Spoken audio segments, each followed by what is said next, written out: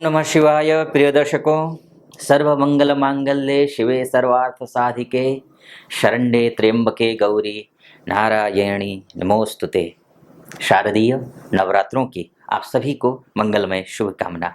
साथ ही सिद्धि बुद्धि प्रदे देवी भुक्ति मुक्ति प्रदायिनी मंत्रपूते सदा देवी महालक्ष्मी नमोस्तुते।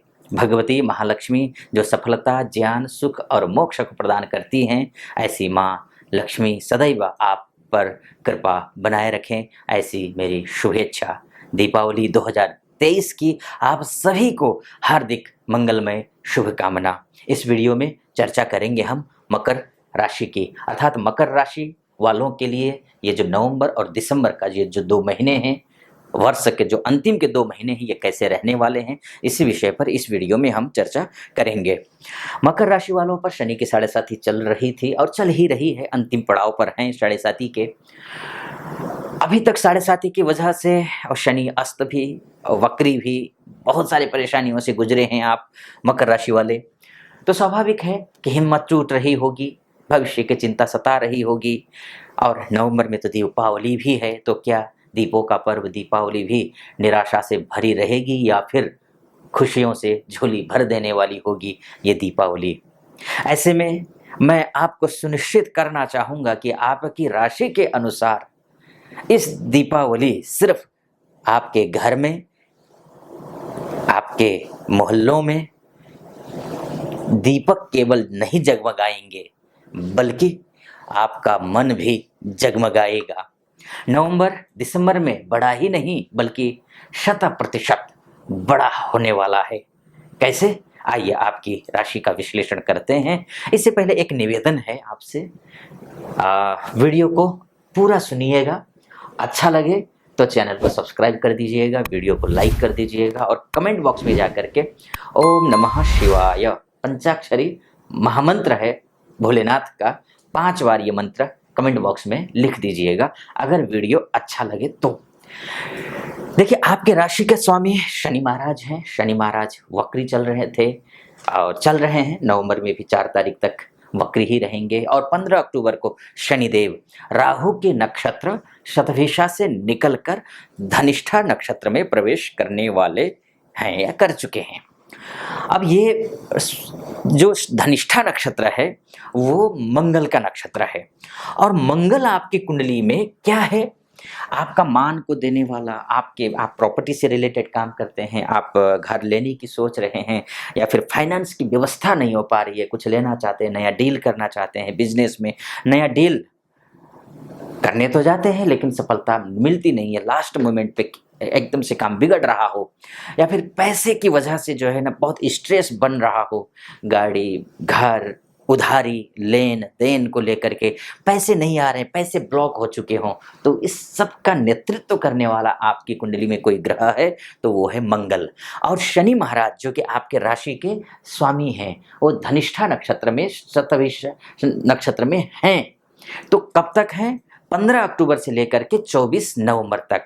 तो धनिष्ठा नक्षत्र में जब मंगल के घर में रहेंगे शनि महाराज, तो जो मैंने आपको बोला ना कि पैसे की दिक्कत हो, भूमि की समस्या हो या फिर कोई वाद विवाद फंसा हुआ है, इन सारी फील्डों में आपको अच्छी सफलता मिलेगी नक्षत्र के हिसाब से। क्योंकि शतभिषा नक्षत्र जो होता है उसका, माफ कीजिए, धनिष्ठा नक्षत्र जो होता है उसका जो स्वामी होते हैं मंगल होते हैं और मंगल के नक्षत्र में शनि का बैठना आपके लिए अच्छा है, बाकी के लिए नहीं। बाकी के लिए तो शनि और मंगल के बीच में जो है परम शत्रुता होती है, बिल्कुल भी शुभ नहीं है, लेकिन आपके लिए शुभ है। 24 नवंबर को फिर से शतभिषा नक्षत्र के प्रथम चरण में प्रवेश करेंगे आपकी राशि के स्वामी। शतभिषा नक्षत्र में प्रवेश करने का मतलब क्या है कि शतभिषा जो नक्षत्र है उसके जो स्वामी है वो राहु है और राहु के नक्षत्र में शनि महाराज रहेंगे, यानी कि आपके राशि के स्वामी रहेंगे। तो इसका मतलब ये है जो अभी जो 30 अक्टूबर को राहु परिवर्तित हुआ है ना, उसके बाद जो नवंबर से लेकर के 4 नवंबर को शनि भी मार्गी हो रहा है।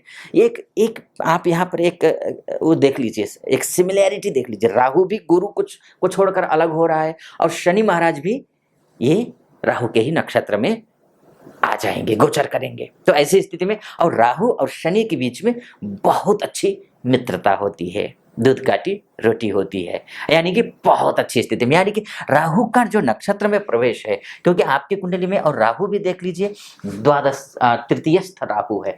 तृतीयस्थ राहु भी शुभ फल देने वाला होता है राहु के नक्षत्र में, यानी कि 24 नवंबर से लेकर के इस साल के अंत तक शतभिषा नक्षत्र में ही रहेंगे शनि महाराज। इसका मतलब हर एक क्षेत्र में आपको सफलता मिलेगी।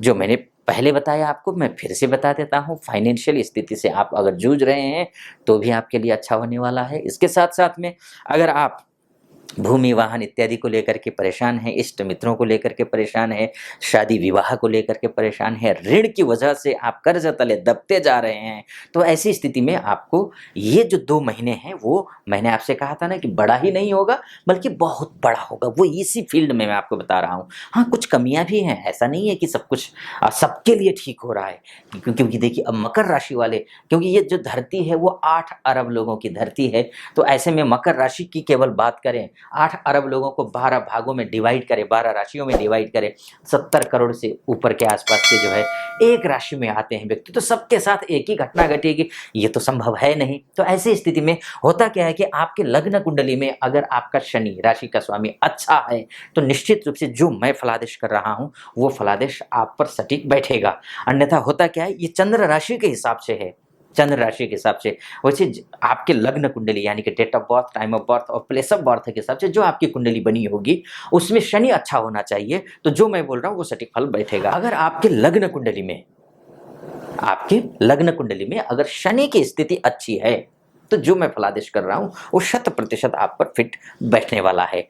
अन्यथा इसको पता करने के लिए कि शनि के आपकी लग्न कुंडली में अच्छा है या नहीं है, इसमें आप आसपास के कोई ज्योतिषाचार्य होंगे, योग्य ज्योतिषाचार्य जी होंगे, उनसे आप अपनी कुंडली को ले जा करके विश्लेषण करवा लीजिए, या फिर नीचे नंबर दिया होगा, मुझसे आप परामर्श करने के लिए कांटेक्ट कर सकते हैं। हमारे जो प्रतिनिधि होंगे वो कॉल उठाएंगे और आप उनसे मुझसे बात करने के लिए अपॉइंटमेंट ले लीजिए, और मुझसे भी आप बात कर सकते हैं और अपनी कुंडली का पूरा विश्लेषण करवा सकते हैं।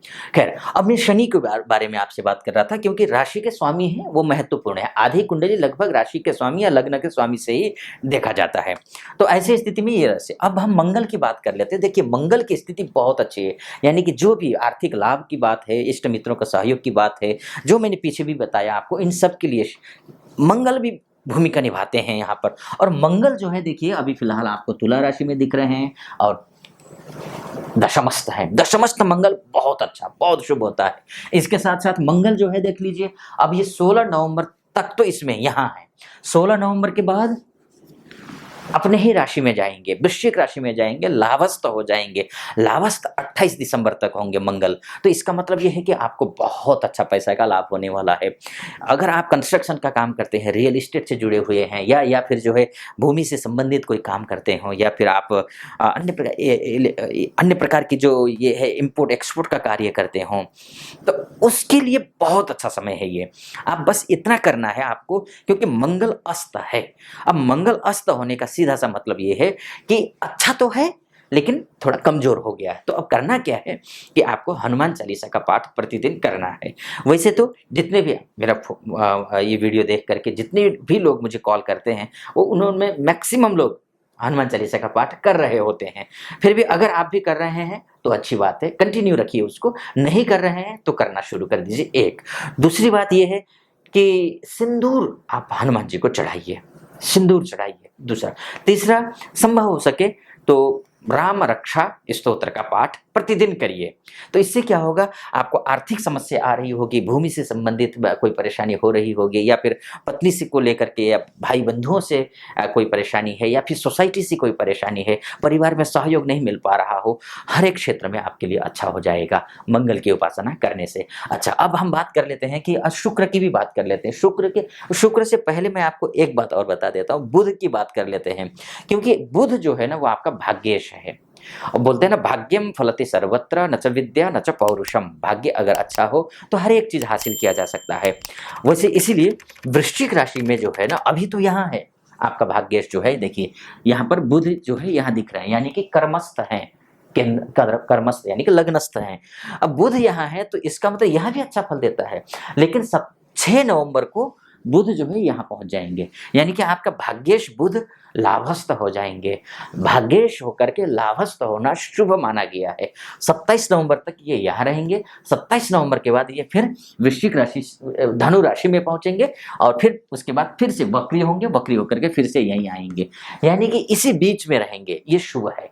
यहाँ जाएंगे तो हाँ, एक बात आपको ध्यान देना है, यानी कि 27 नवंबर से लेकर के 28 दिसंबर के बीच का जो समय है उसमें आपको ये ध्यान रखना है, जब भी आप बिजनेसमैन हैं तो डील करते समय तो विशेष सावधानी बरतनी है। काम बनेगा लेकिन थोड़ी गलतफहमी ला सकता है।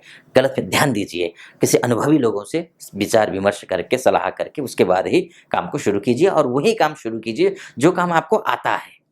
अन्यथा होता क्या है कि ऐसी स्थिति में जब ग्रह द्वादशस्थ हो जाता है भाग्येश, तो होता क्या है कि व्यक्ति अगर ऐसा सोचे कि जो नहीं आता है वो काम करने लग जाए, या फिर वो सोचे कि चलो काम शुरू कर देता हूँ, बाद में धीरे धीरे एक्सपीरियंस तो मुझे हो ही जाएगा, ऐसा अगर सोच करके काम कर रहे हो तो सावधानी बरतना, बिल्कुल मत करना। उपाय मैं बताऊंगा, वो उपाय फॉलो करना है आपको। ठीक, अब होगा क्या, फिर यहीं आ जाएगा तो ये हो जाएगा। अच्छा, बुध यहाँ आएगा तब फिर अच्छा हो जाएगा। जब तक यहाँ रहेगा, यानी कि 28 दिसंबर, 27 नवंबर से 28 दिसंबर तक यहाँ रहेगा, तो तब तक क्या करना है, जो इंपोर्ट एक्सपोर्ट का कार्य करते हैं देश विदेश में उनके लिए अच्छा है, जो एमएनसी में काम करते हैं उनके लिए भी बहुत अच्छा है, जो नेपाल यहाँ से इंडिया से बाहर से यहाँ कोई आना जाना उनका लगा रहता है या विदेश से रिलेटेड कोई काम करते हो तो उनके लिए भी अच्छा है, बहुत बढ़िया है। थोड़ा सा भागदौड़ी होगी लेकिन सफलता मिलती हुई दिखाई दे रही है। भाग्येश आपका साथ देता हुआ दिख रहा है।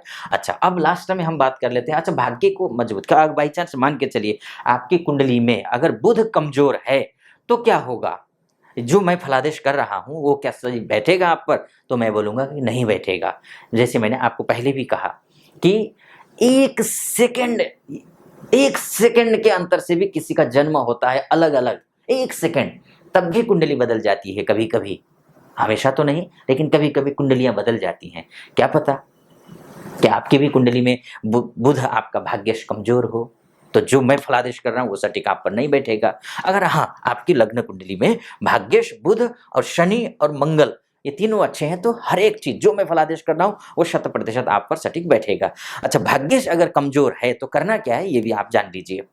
बुधवार के दिन आपको खासकर मूंग, हरी मूंग की दाल जो होती है वो दान करनी चाहिए, दान कीजिए।